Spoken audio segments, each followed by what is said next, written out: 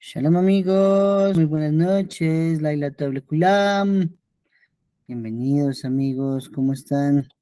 Espero que todos se encuentren muy bien, Baruch Hashem, bienvenidos todos para estudiar el Sagrado Tanaj.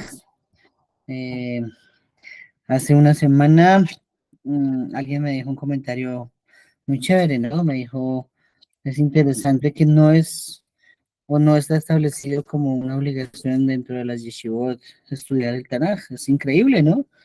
Y sí, la verdad que somos unos privilegiados, bendito sea Hashem, de que podemos estudiar el Tanaj, podemos explorar los libros que tienen Nebuá, podemos estudiar eh, en todo lo que hay allí codificado detrás del texto del Tanaj.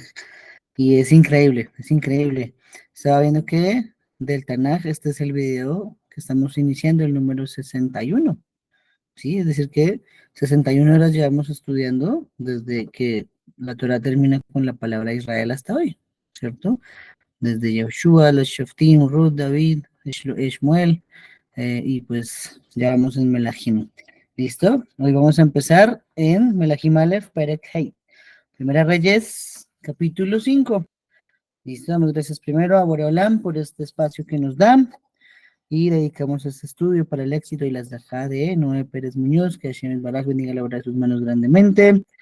Y bueno, mm, ok, mm, voy a leer las líneas, los primeros versículos de este capítulo. Van a ser muy profundos, entonces vale la pena que leamos literal para luego entrar a profundizar en ellos. ¿Listo? Dice así el Tanakh. En cuanto a Shlomo, resultó ser gobernante sobre todos los reinos, desde el río hasta la tierra de los Pelishtim y hasta el límite de Mizraim. Estuvieron llevándole regalos y sirviendo a Shlomo todos los días de su vida. Y el alimento de Shlomo para cada día resultó ser con regularidad 30 medidas de coro de flor de harina y 60 medidas de coro de harina, 10 reses vacunas gordas y 20 reses vacunas de pasto y 100 ovejas, además de algunos ciervos y gacelas y corzos y cuclillos engordados. Pues él tenía todo en sujeción al lado de acá del río, desde Tifsá hasta Gaza, aún a todos los reyes al lado de acá del río, y la Shalom misma llegó a ser suya en toda región, todo en derredor. Y Yehudá e Israel continuaron morando en seguridad, cada uno debajo de su propia vid y debajo de su propia higuera, desde Dan a Beersheba todos los días de Shlomo. Y Shlomo llegó a tener 40.000 pesebres de caballos para sus carros y 12.000 hombres de a caballo. Y estos comisarios suministraban alimento al rey Shlomo y a todo lo que se acercaba a la mesa del rey Shlomo, cada uno en su mes. No dejaban que nada pasara. Y seguían llevando la cebada y la paja para los caballos y para los tiros de caballos, donde quiera que consultar el lugar, cada uno conforme a su comisión. Y Hashem continuando a Shlomo sabiduría y entendimiento en medida sumamente grande, pura de corazón como la arena que está sobre la orilla del mar. La sabiduría de Shlomo era más vasta que la sabiduría de todos los orientales y que toda la sabiduría de Mizraim. Y era más sabio que todo otro hombre, más que Itán el Esrají y Emán y Calcol y Dardá, hijos de Mahol. Y su fama llegó a estar en todas las naciones, todo alrededor. Y podía hablar 3.000 proverbios, y sus canciones llegaban a ser 1.005. Y hablaba acerca de los árboles, desde el cedro que está en el Lebanón hasta el hisopo, que va saliendo del muro. Hablaba acerca de las bestias y acerca de las criaturas voladoras y acerca de las cosas movientes y acerca de los peces. Y de todos los pueblos seguían viniendo para oír la sabiduría de Shlomo, como todos los reyes de la tierra que han oído su sabiduría. Vamos a dejarlo hasta ahí, versículo 14, y con esos 14 versículos vamos a tener harto para hablar. ¿Listo? Baruch Hashem, entonces, con el permiso del cielo.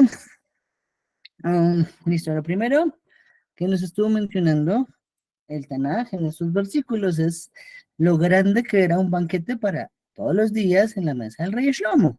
¿Listo? Entonces ahí podemos aprender, bueno, varias cosas.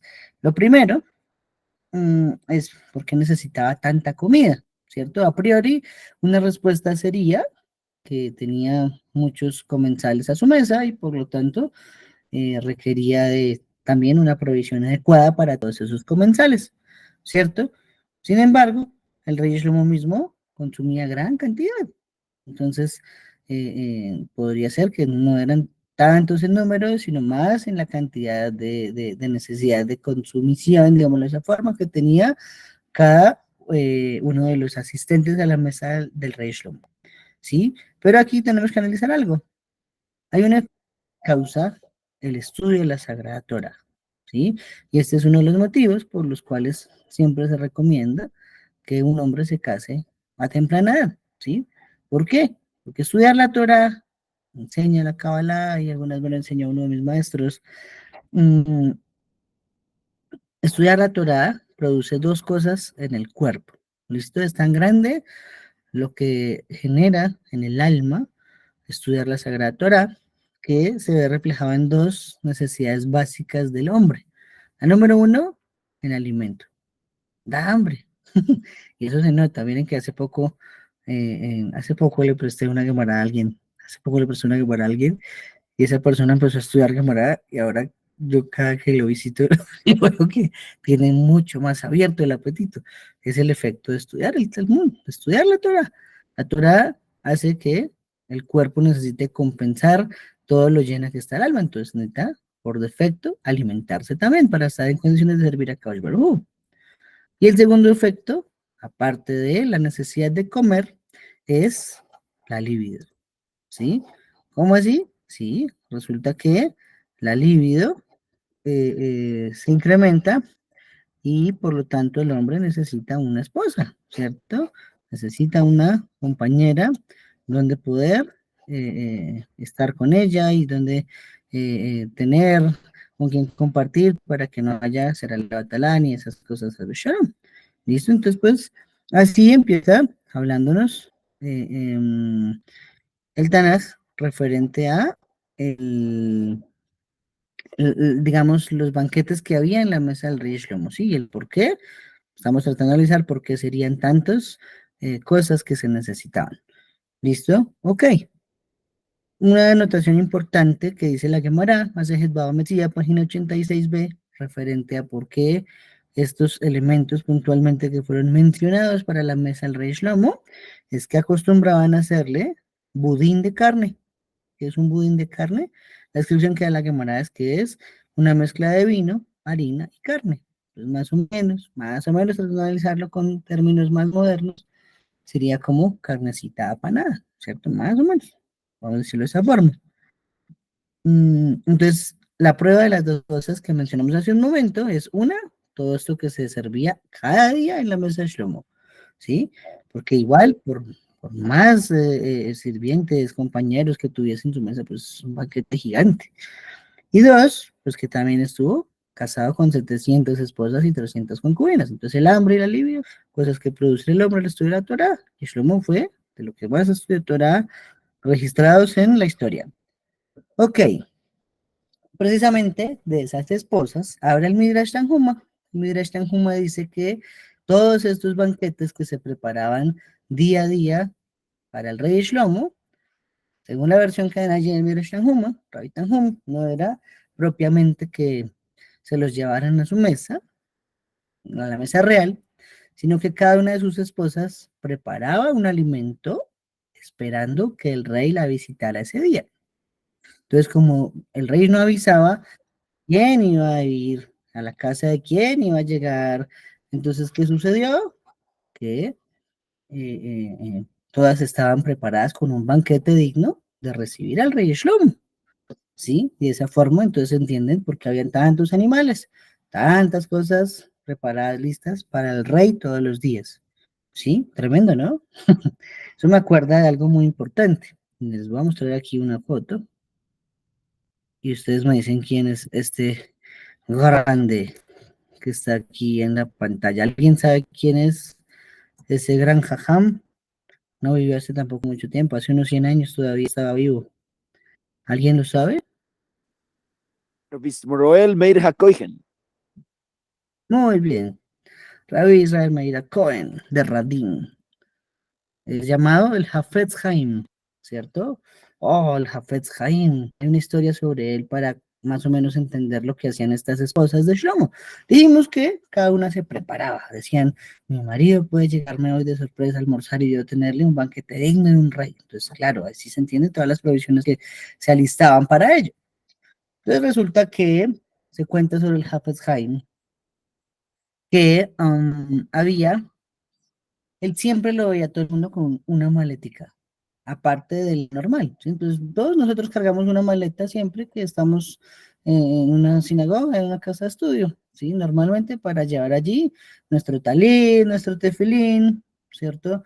Nuestro sidur, libros de la Torá, Gemara, en fin, siempre cargamos una maleta. Pero todo el mundo notaba que el Hafetz Haim cargaba una segunda maleta, ¿cierto? Y bueno, ¿para qué será que el Hafetz Haim cargaba una maleta si nunca sacaba nada de ella? Y nunca sacaba nada, y nunca sacaba nada. Entonces, cuentan allí en las historias del Hafetz Haim que un día uno de sus estudiantes no se aguantó ya la curiosidad y fue hasta allá y le dijo, maestro, ¿por qué usted siempre carga esa maletica, pero nunca saca nada de ahí? No saca ni comida, no saca ni prendas para la Torá, ni un libro. ¿Qué es lo que lleva ahí? Entonces él dijo, muy sencillo, yo tengo un traje impecablemente limpio y doblado, listo, porque a cualquier momento se nos dice, apareció Mashiach Tzidkeinu, llegó Mashiach Tzidkeinu, debemos estar todos listos para recibirlo. ¿Sí? Entonces, oh, esa lección de Musar se aprende de las esposas de Shlomo. Aunque eran 1000, era posibilidad de uno entre 1000 cada día, ¿sí? De que fuera a visitarlas, cada una se esforzaba por tener listo el banquete para el rey. Asimismo, nosotros siempre debemos estar listos para recibir al rey, ¿sí? Todos debemos estar preparados, todos debemos tener adecuadas las cosas para que el rey no nos coja por sorpresa, ¿sí? Parte de eso, de esa, ¿cómo llamarlo? Parte de ese esfuerzo lo hacemos cada viernes para recibir Shabbat, ¿cierto? Siempre que llega Shabbat, hay que correr. Eso no hay Shabbat, no hay viernes que no nos toque correr. Sí, puede uno despertarse desde muy temprano, alistarse para Shabbat, y igual llegan a 5:30 de la tarde y todavía está corriendo. Entonces, es de pronto también una lección de Musar que sacamos del Tanaj. ¿Listo? Muy bien. Y entonces nos nombra los reinos o los territorios donde Shlomo fue rey. Hay aquí una paráfrasis que utiliza y nos enseña la Gemara. Masejet Megillah, página 11a, nos dice que aquí se nombraron dos ubicaciones, Tifsa y Gaza, ¿sí? Pero sobre Tifsa y sobre Gaza, dice la Gemara, están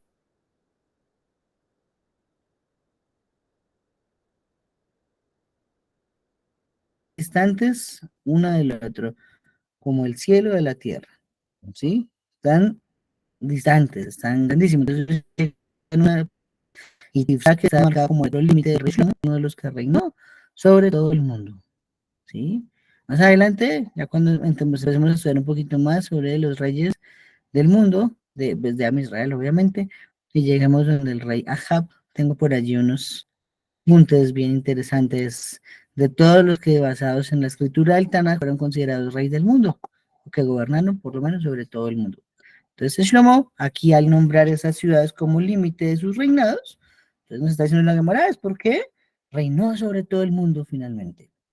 Pero Masejet Sanedrín también quiere dejar una anotación. Dice, sí, es cierto que reinó sobre todo.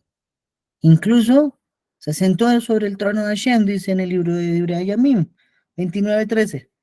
¿Cierto? Dice, Shlomo se sentó en el trono de Hashem, y no se está refiriendo al trono de Israel. Significa que llegó a tener un nivel de comprensión de Hashem muy, muy, muy, muy, muy elevado, solamente superado por Moshe Rabbeinu. De resto, nadie más le dio la talla a Shlomo, ¿cierto? Pero, aún así, aunque es descrito, dice más de Sanedrín, página 20, es descrito como que se sentó en el trono de Hashem y gobernó entonces incluso sobre los mundos celestiales. Aún así, después de casarse con mujeres gentiles, solo reinó en el mundo inferior, como está insinuando acá nuestro versículo, que reinó en la tierra. Entonces, No es que haya una contradicción entre Melahim y Dibra Yamim, sino más o menos estamos reconciliando los dos conceptos, diciendo que inicialmente estaba en un nivel elevadísimo, pero debido a las mujeres Goyim, ¿por qué? Descendió de nivel un poco. Shlomo Amelech. ¿Listo? Muy bien. Y aquí nos dijo una frase interesante, ¿no? Todo Israel y todo Yehudá habitaban cada uno debajo de su propia vid y debajo de su propia higuera. Eran momentos muy buenos para Israel, eran momentos grandiosos. Hace poco, unas 2, 3 semanas, más o menos, en una hoja de la Gemara, la que se leía en Daf Yomi era Baba Metzia, no estoy mal, era como la 94. Um, Decía que el primer World Trade Center que hubo en el mundo fue Jerusalén, ¿sí? La primera vez que hubo una nación que tuviera todas las monedas del mundo disponibles se llamó Israel. ¿En qué ciudad? En Jerusalén. ¿Por qué? Porque todo el mundo tenía que llevar o quería llevar sus ofrendas al Bet HaMikdash. Entonces, ¿qué dice la Torah cuando no vive muy lejos? Nos dice, si vives muy lejos, entonces tendrás que llevar dinero y allá en el templo cambiarlo por algo, por lo que tú quieras, y tomar bebidas alcohólicas, y embriagarte de la felicidad en Jerusalén. Entonces, ¿qué significaba eso? Que si llegaba alguien de cualquier nación, debía tener Israel la moneda disponible para cambiarle. Él cambiaba su moneda local por la moneda de Israel. Entonces, el primer World Trade Center, ¿cierto? La primera bolsa de valores fue Jerusalén. ¿Listo? Entonces, sí, muy interesante. Eso significa una explicación muy lógica de por qué nos está diciendo que todo Israel vivía seguro y feliz debajo de su propia vida, debajo de su propia higuera.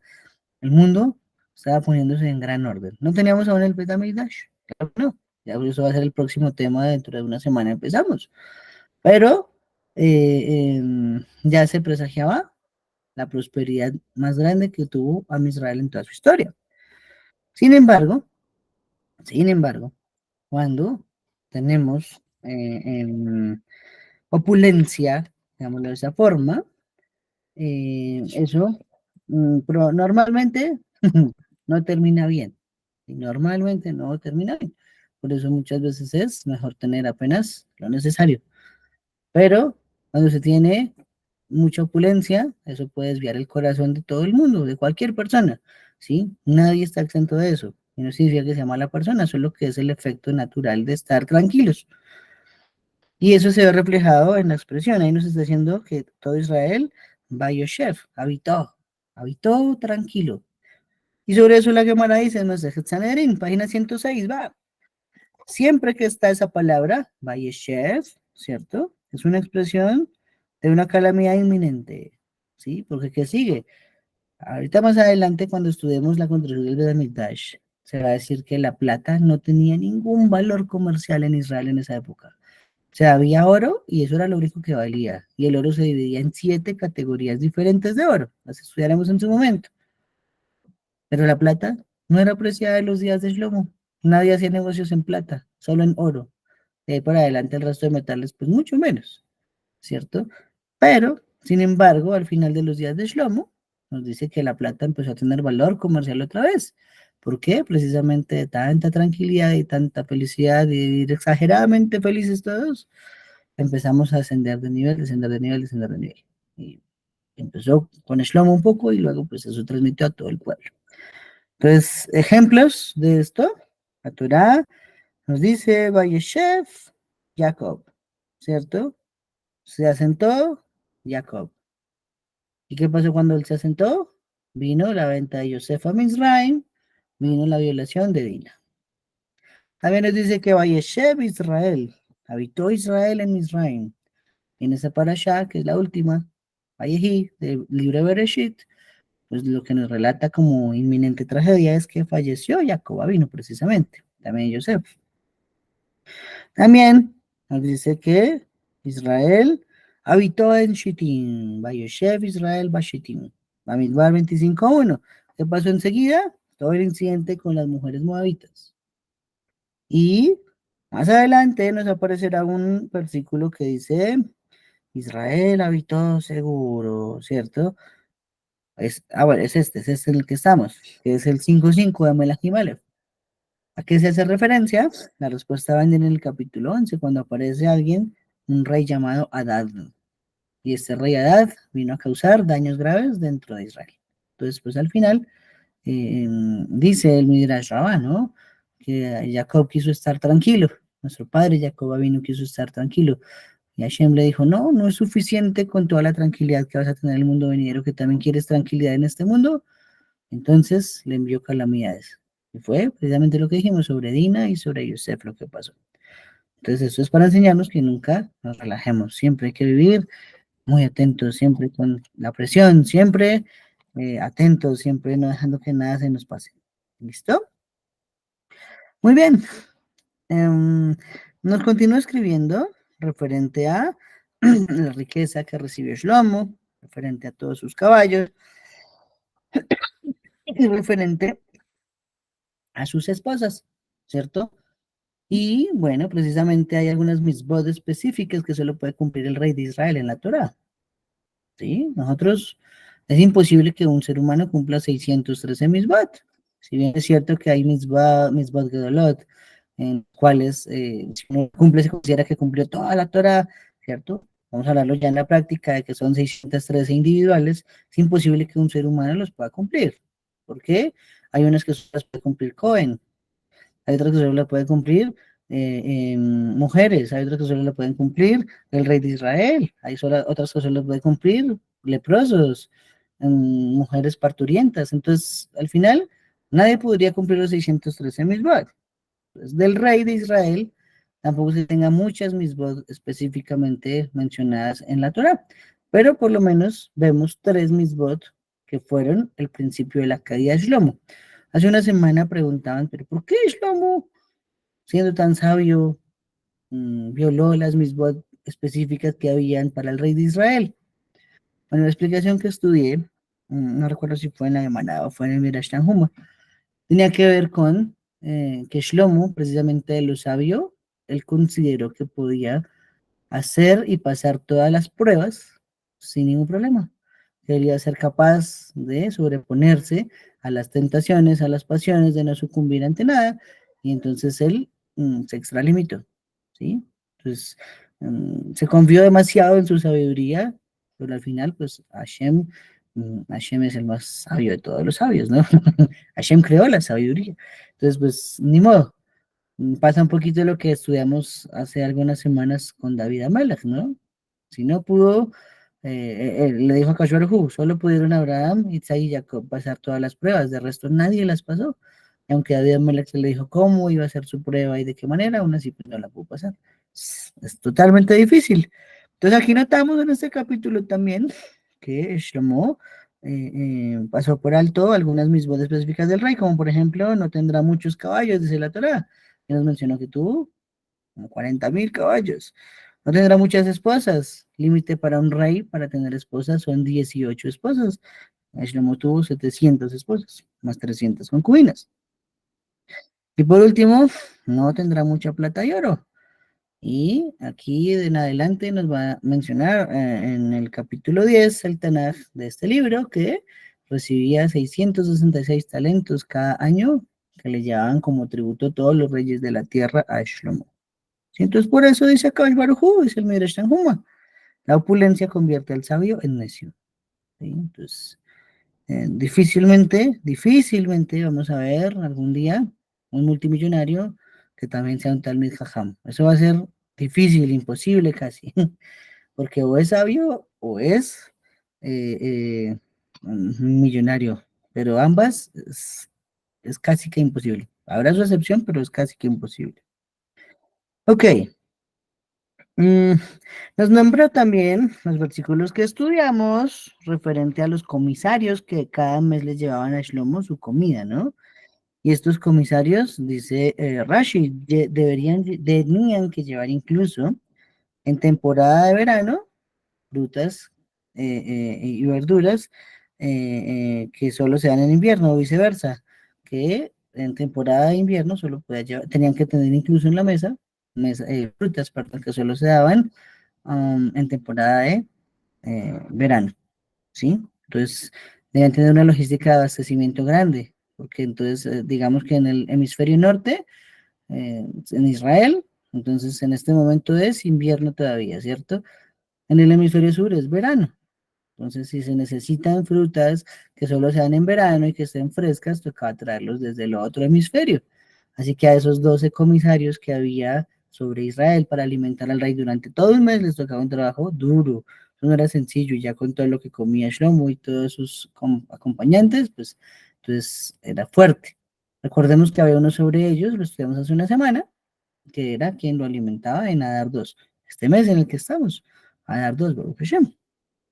Muy bien. Am, y nos sigue diciendo el Tanaj que Shlomo llegó a sobrepasar la sabiduría de todos los orientales y toda la sabiduría de Mizraim. Tremendo, ¿no?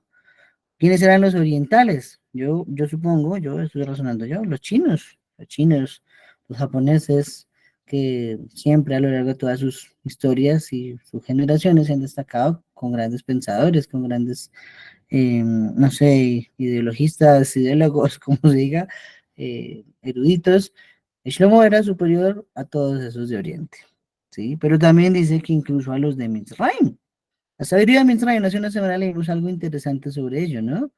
Resulta que un día Shlomo pidió, creo que es tema del próximo shiur, pero bueno, no importa, lo repasamos. Un día Shlomo pidió trabajadores a Mitzrayim para las labores del Beth HaMikdash y nos dice que le enviaron, no sé, tantos, fueron 2.000, 3.000 trabajadores desde Misraim. Pero ¿qué hizo el rey de Misraim? El rey de Misraim tomó y vio a través de cosas y de magia negra y todas esas artilugios de Misraim, quienes morían ese año siguiente. Entonces lo que pensó fue, le voy a mandar todos los que están destinados, según los Masalot, según las estrellas, a morirse este año, y así, cuando terminen todos de morir, le voy a pedir una indemnización a Shlomo. Pero no sabía que Shlomo era todavía 2 pasos más adelante que él. Cuando Shlomo los vio venir a todos, ¿qué hizo?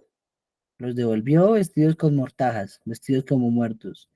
Y le dijo, es que no tiene tumbas en Israel que me manda todos estos a que se mueran acá a mi tierra. Y así no pudieron meterle, como se dice, gato por liebre, a Shlomo Amelech. No se pudo. Era muy sabio, era grandísimo. Rashi dice que el mencionar a japoneses, perdón, a orientales, a orientales y a egipcios acá dentro del contexto de que Shlomo superó su sabiduría, se está refiriendo a que a que Shlomo fue superior a todos en astronomía, en entender el cielo también, ¿sí? El Midrash Tanhuma lo dice de otra forma, dice era superior en astrología e incluso en la adivinación de las aves. Él estaba por delante de sus artes, no es que las practicara Hasbe Shalom, pero estaba también familiarizado con todas ellas, por tanto, nadie lo puede superar en eso. Y Likutei Moharan, Rabbi Nachman de Breslev enseña algo muy importante.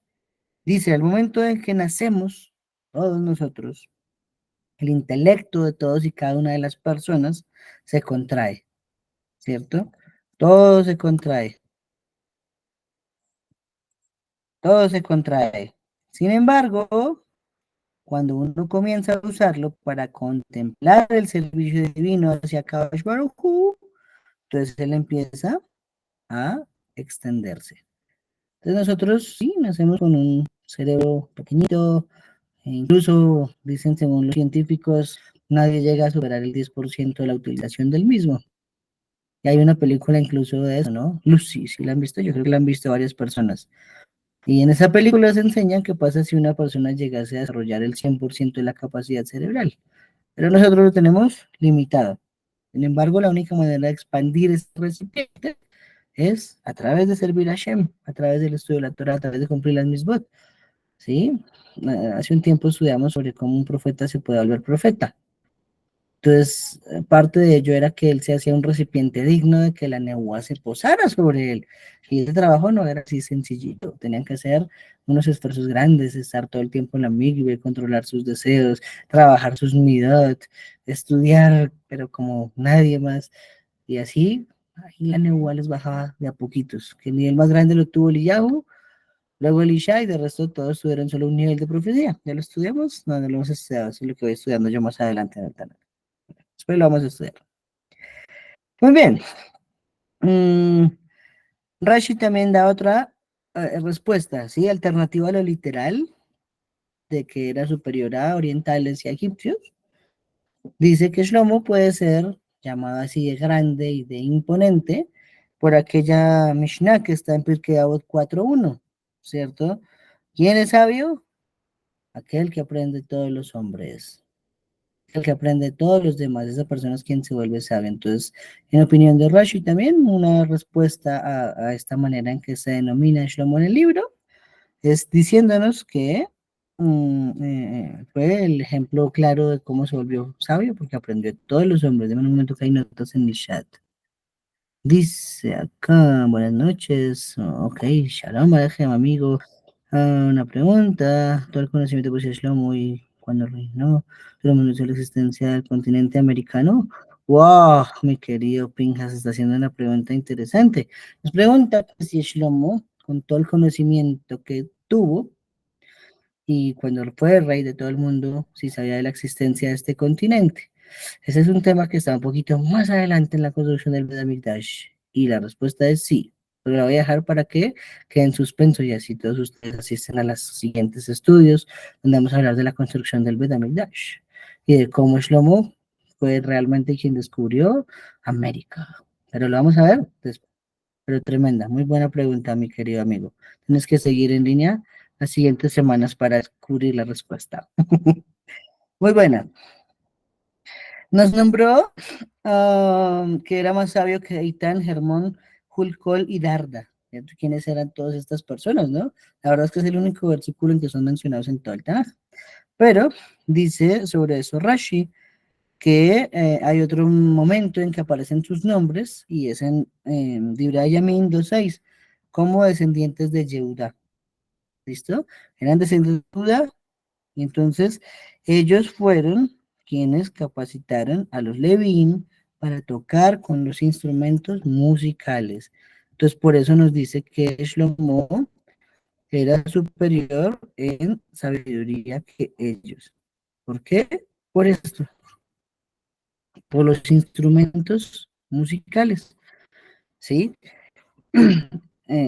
Aunque ellos, digamos que fueron, dice el Tanaj, que fueron ellos quienes diseñaron las tonadas que se tocaban en el Bet HaMikdash, ¿cierto? Todos decimos en Shaharit, Ashir, Shehayu, Alevino, Merim, Laduján, Beyam, Revi, Shabbat, Kodesh, ¿cierto?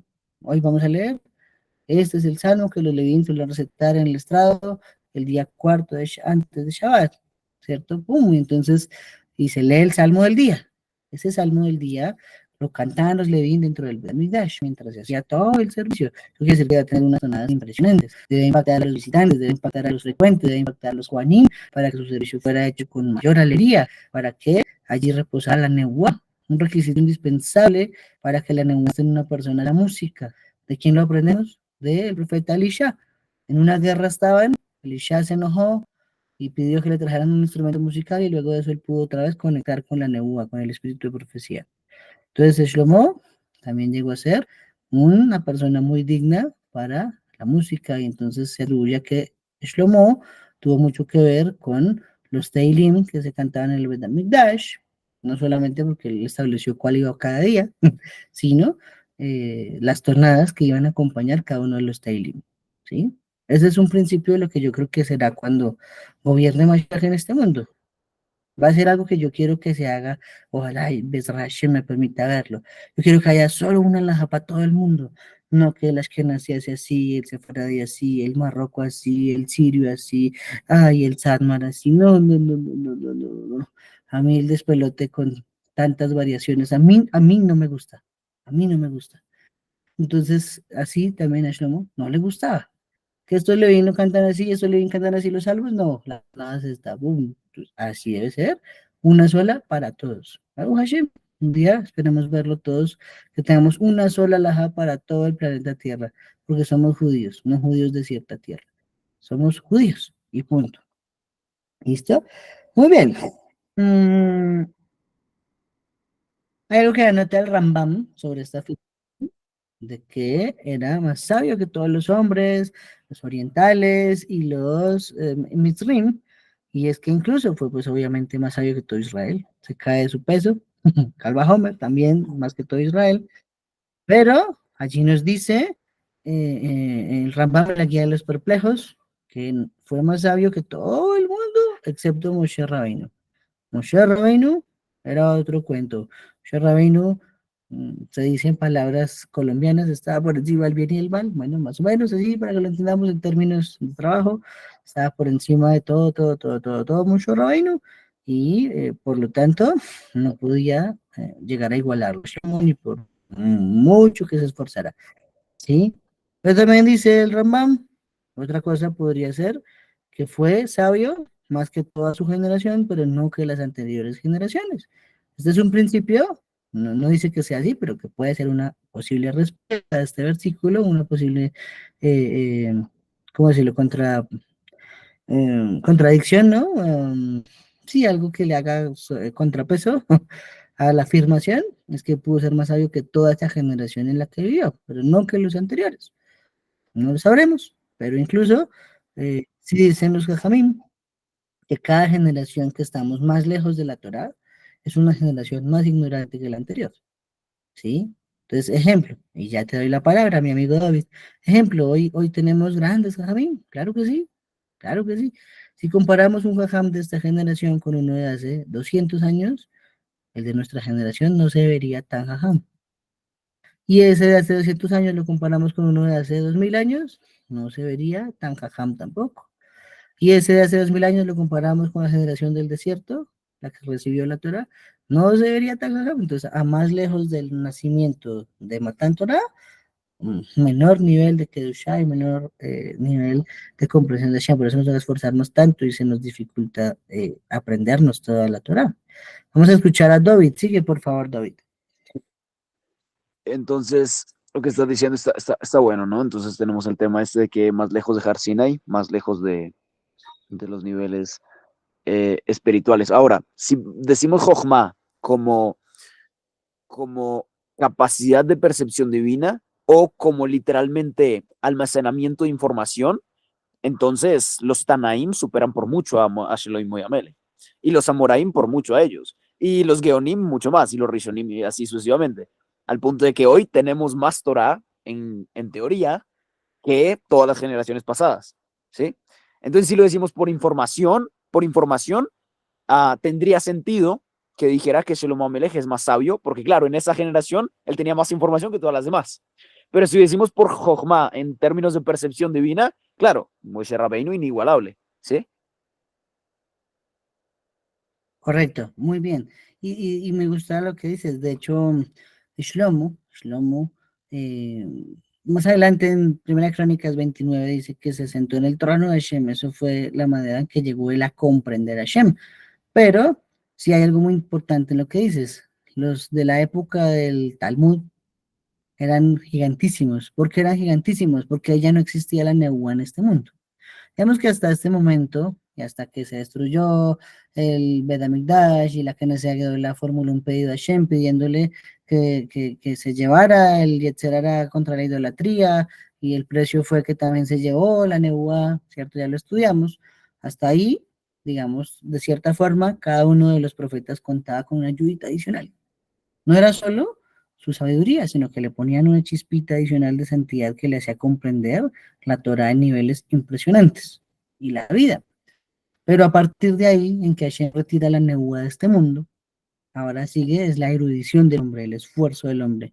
Y ahí sí, por eso dicen incluso los cabalistas, la obra más grande escrita por un hombre se llama el Talmud, la Gemara, porque la Gemara trae sabiduría impresionante de todos los que acabas de nombrar, Amoraim, Sabatim, Rishonim, Tanaim, Aharim, en fin, todo lo que uno no se pueda imaginar, ya eso es erudición del hombre. Y está la erudición que son hojas y hojas y hojas discutiendo una Mishnah. Entonces, sí podemos decirlo que a nivel de información, en esta generación sabemos un poquito más que lo que tal vez se sabe en la generación de Shlomo, seguramente. Pero en cuanto a la comprensión de Hashem, ahí está el nivel de Jochma que alcanzó Shlomo, que solamente fue superado por Moshe y por nadie más. ¿Sí? Y eso que con Shlomo, Moshe no hablaba Con Shlomo, perdón, Hashem, Akash Baruj Hu no hablaba todos los días, ni panim, bepanim, como dice la Torah. Sí, bueno, muy buen apunte, mi amigo. Por acá. Ok. mm, el Snei David se hace una pregunta. Este libro es de Musar, ¿listo? Y se pregunta, ¿cómo es posible que si Shlomo Amelech era el más sabio, nos diga más adelante que fue engañado por sus esposas, ¿cierto? ¿Qué pasó allí? Además, ¿cierto? Mayor parte del libro de mí está de advertencia con timañas de una mujer. ¿Sí? Estamos hablando de que Shlomo estuvo casado casi con Goim. Bueno, para que no se me sientan mal las mujeres. Estuvo más casado con Goim que con Yehurim. Ok. Pero sin embargo, el libro de Mishle habla mucho acerca de las artimañas de una mujer, de las mujeres. Entonces existen, dice, existen miles, ¿cierto? Es como Nahriut, que eso ya significa traducir como extranjeras. Niveles de impureza extranjeras. Shlomo quiso tratar de combatir los niveles, los 1000 niveles de impurezas que había casándose con 1000 mujeres. O sea, las intenciones de Shlomo fueron tremendas. También le estudiamos hace unos días que quiso ser rey de todo el mundo, por eso se casó con personalidades de cada una nación. Pero digamos que aquí viene el motivo de la caída. Aunque tenía motivos, Leshem Shammai, y muy buenas intenciones, aún así hace investigar la base filosófica de los cultos de sus esposas. Y eso fue lo que considera Kadosh Baruj Hu como que al final de sus días cometió un pecado. Como si hubiese cometido idolatría, está escrito así en el Tanakh, pero no fue que jamás se inclinara delante de un ídolo ni sirviera a un ídolo, Hasbe Shalom, sino que se refiere a que al dedicar más tiempo a estudiar esas deidades para combatirlas desde adentro, descuidó el estudio de la Torah. Entonces el profeta Jeremías cuando escribe este libro, lo pone como que al final de sus días se ve involucrado en actos de abuso. ¿Sí? Ok, por eso. Muy bien, y nos sigue diciendo lo que escribió. ¿Sí? Nos dice que compuso, um, podría hablar 3000 proverbios y sus canciones llegaban a ser 1005. Tremendo, ¿no? 3000 proverbios. Pero en realidad dice a la fin. A la fin también se puede leer como parábolas, ¿cierto? O palabras, perdón, palabras. Entonces eso significa, escribió el libro de los proverbios, porque 3 veces está a lo largo del libro de Mishle escrito, estos son los proverbios de Shlomo.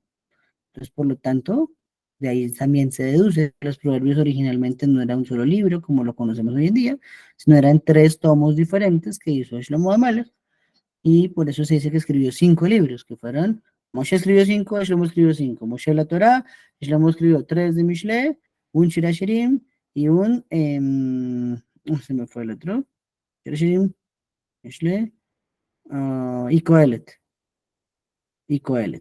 ¿listo? Muy bien. Y el Midrash acá dice sobre este versículo que la sabiduría de Shlomo era tal que le permitía decir 3000 alegorías para cada versículo de la Torá, ¿sí? 3000 alusiones, 3000 midrashim para explicar la Torá.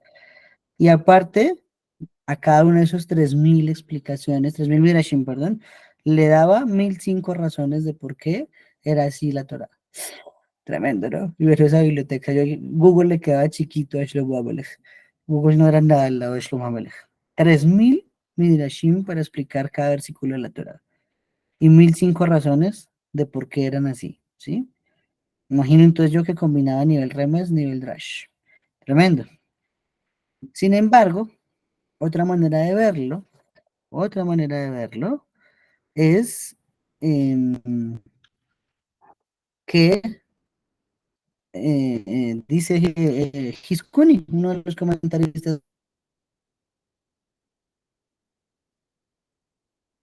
más grandes de la Torah, que los libros de Shlomo no los conocemos en realidad, que solamente tenemos algunos de sus proverbios, pero en realidad faltan muchos que se extraviaron, ¿sí? Y eso nos lleva indudablemente a pensar que hay varios libros que están nombrados a lo largo del Tanaj, pero de los cuales no se tiene conocimiento, ¿sí? No se tiene conocimiento ni de su ubicación, ni de su contenido, muy menos.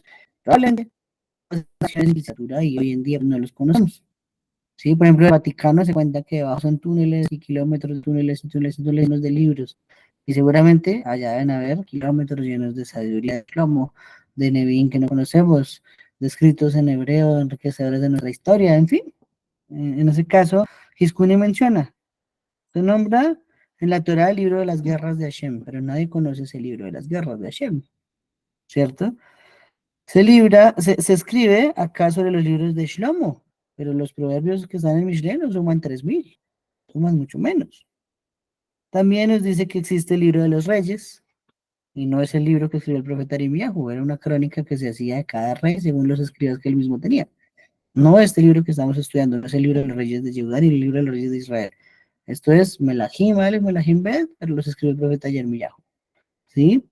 Y hay otro libro nombrado en Divrei Yamim, que se llama el libro del profeta Ido.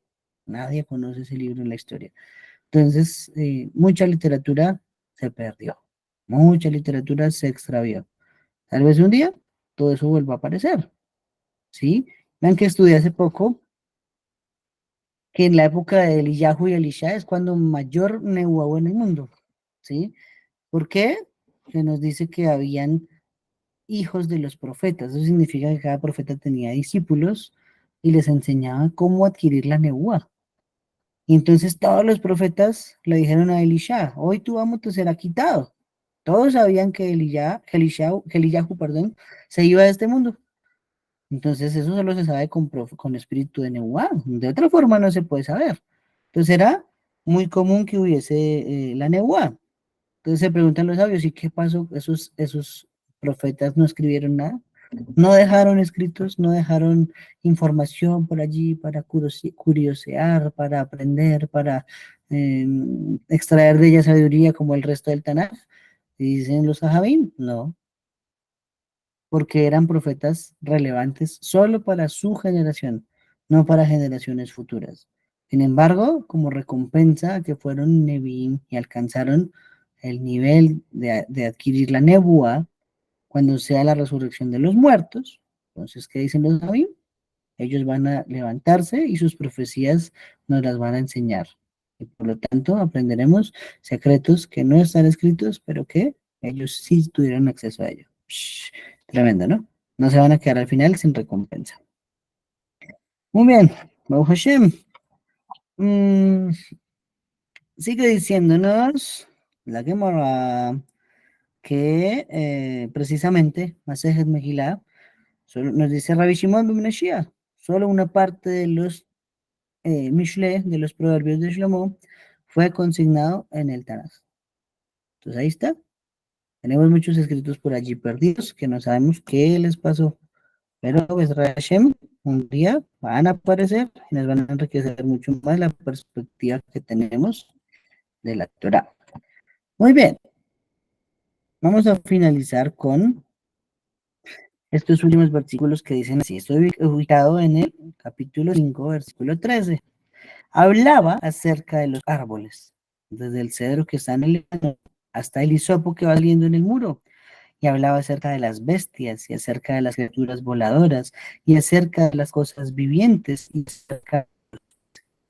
Wow, tremendo eso que acaba de mencionar acá el Tanaj, referente a la sabiduría de Shlomo.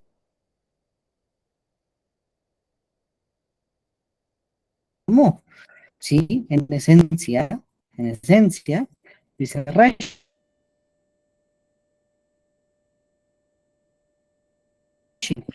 los estudios que llegó a hacer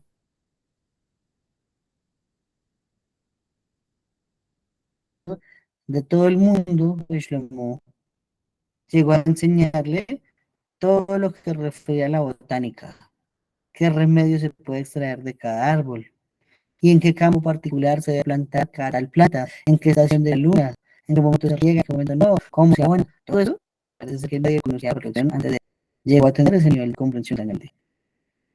También sobre los animales, ¿cierto?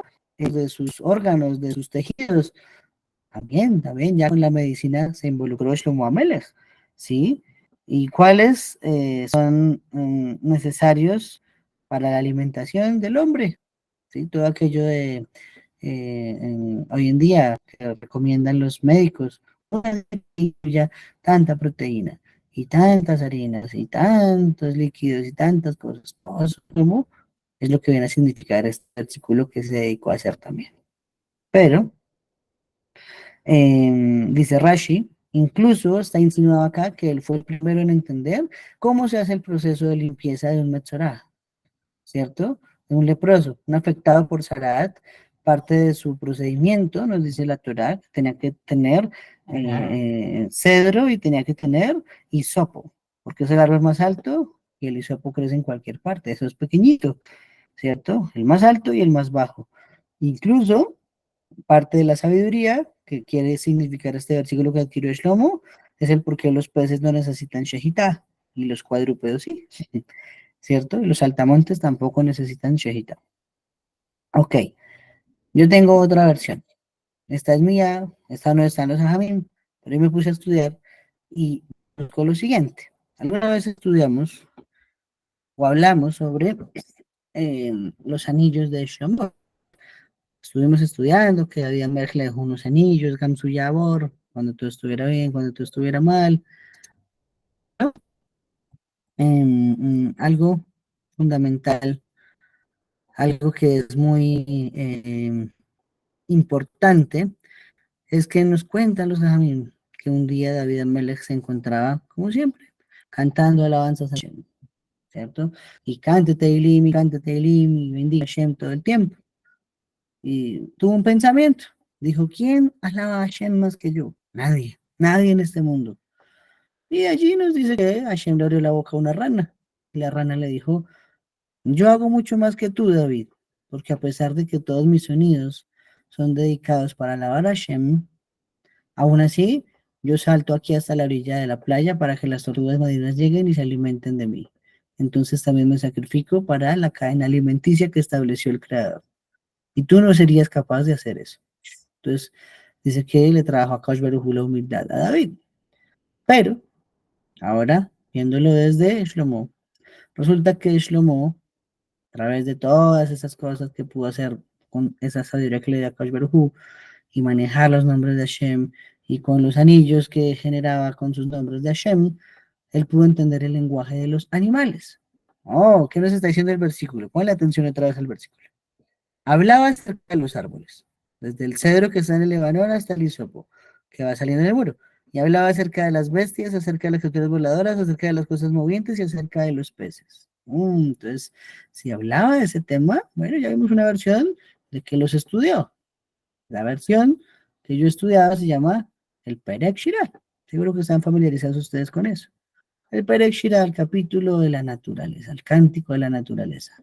¿Sí? Todo el universo en este momento y en todo momento es una cacofonía que dedica alabanzas al Creador. Pero la naturaleza no lo puede hacer, bendecir al Creador hasta que el hombre no dirige la alabanza primero a Hashem. ¿Eso qué significa? Con esos anillos de Shlomo y su sabiduría, un día se acercó a una rana también. Y en nuestro idioma, o en nuestros oídos, más bien, la rana hace, ¿cierto? No sé. Oye, oye, bueno, en fin, como hace un cric, cric. No sé cómo es una rana, no sé cómo decirlo. Pero Shlomo le entendió. ¿Qué fue lo que quiso decir? Y le puso otra vez cuidado. ¿Qué dice una rana? Baruch Shem Kevod Malchuto Leolam Vaed. Entonces descubrió que la rana todo el tiempo que está pronunciando un sonido está bendiciendo a Shem. Dijo, wow, interesante. Siguió su camino y vio un elefante, lo más grande del que hay en los mamíferos.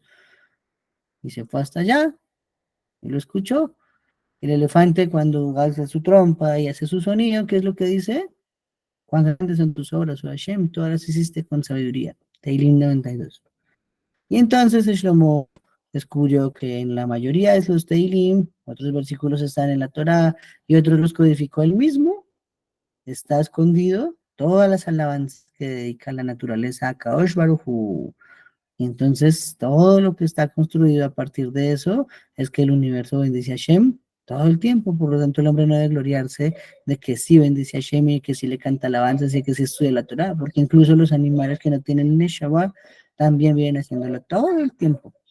Y así, entonces, digo yo, fue no digamos el artífice principal, pero sí muy relevante, muy importante para que conozcamos hoy ese Perek Shira. Gran segula para leerlo todos los días. ¿Sí? Yo trato de hacerlo casi todos los días después de Shaharit, aquí en mi casa, antes de abrir acá la oficina, Baruch Hashem, hacemos Perek Shira. ¿Cuánto se va? 10 minutos, nada más. Y entonces, está escrito allí en los Jajamim. Aquel que estudia el Perek Shira todos los días se salva el Geinom, sus negocios le va bien, tiene un buen nombre, su sabiduría se incrementa, hay muchos beneficios. Entonces, bendito sea Hashem, porque aquí literalmente nos está insinuando el mismo Tanaj en qué momento se escribió ese Perek Shira. Se los recomiendo mucho, muchachos. ¿Listo? Vamos a dejarlo hasta acá para empezar dentro de una semana desde el versículo 15. Este el versículo 15 ya nos va a empezar a hablar de los tratos que hizo Shlomo Amelech para iniciar la construcción del Bet HaMikdash, y por allí sí cerquita va a estar la pregunta de Pinjas. Entonces, esperamos que todos se puedan conectar para poderlo responder. Vamos a escuchar a David. Sigue, por favor, David. Seguro, qué buena clase, Baruch Hashem. Mira, quiero decir algo positivo sobre el tema este lo estudié hace poco en el Sefer Amidus de Rabbi Nachman, ¿no? Al Hasidus Breslev, trae algo positivo sobre la desaparición de los libros de los Nevi'im, Afilu los Tanaim. Hubieron también muchos Jajamim en las últimas épocas que se sabe que fueron gigantes y que muchos de sus libros desaparecieron. Rambam también sabemos que muchos libros de Rambam fueron quemados. Entonces, ¿qué positivo tiene? Enseña Rabbi Nachman en Sefer Amidus. Hace que contrarreste absolutamente todos los libros de idolatría y de acceso a la magia que pudieron haber tenido los Goim.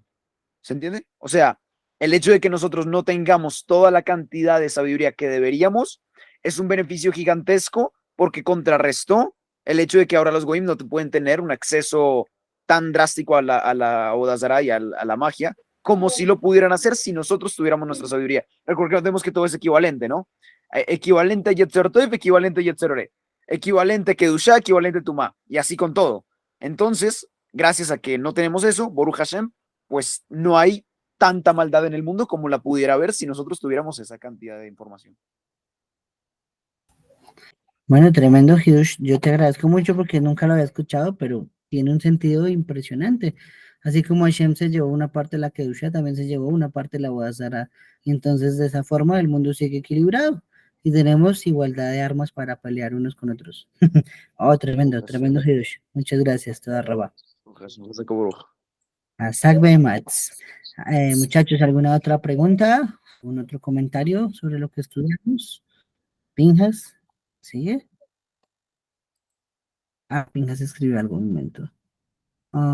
Si se encuentra un libro de los que usted sabe lo que hacen falta, pero lo trae un goín, ahí está fe de idolatría, fuerte. Fuerte porque la verdad no sé qué criterio utilizarían, habría que analizarlo y tendrá que hacerlo los grandes jajamim de Israel. Si encontrasen un manuscrito en hebreo para analizarlo, ¿no? Por ejemplo, hace no muchos años se encontraron muchos en el Mar Rojo, no, en el Mar Muerto, perdón. Y esos manuscritos tenían muchas enseñanzas, por ejemplo, de Hanukkah. Eran libros históricos, no de profecía, pero sí eran de historia de Israel. Y sin embargo, los jajamín de Israel, los sabios grandes de Israel, los analizaron y determinaron que eran auténticos, eran kosher. Entonces, sí, me imagino que aunque puede haber safek de que algo le hizo el goim al libro, igual a los sabios no se les pasaría nada.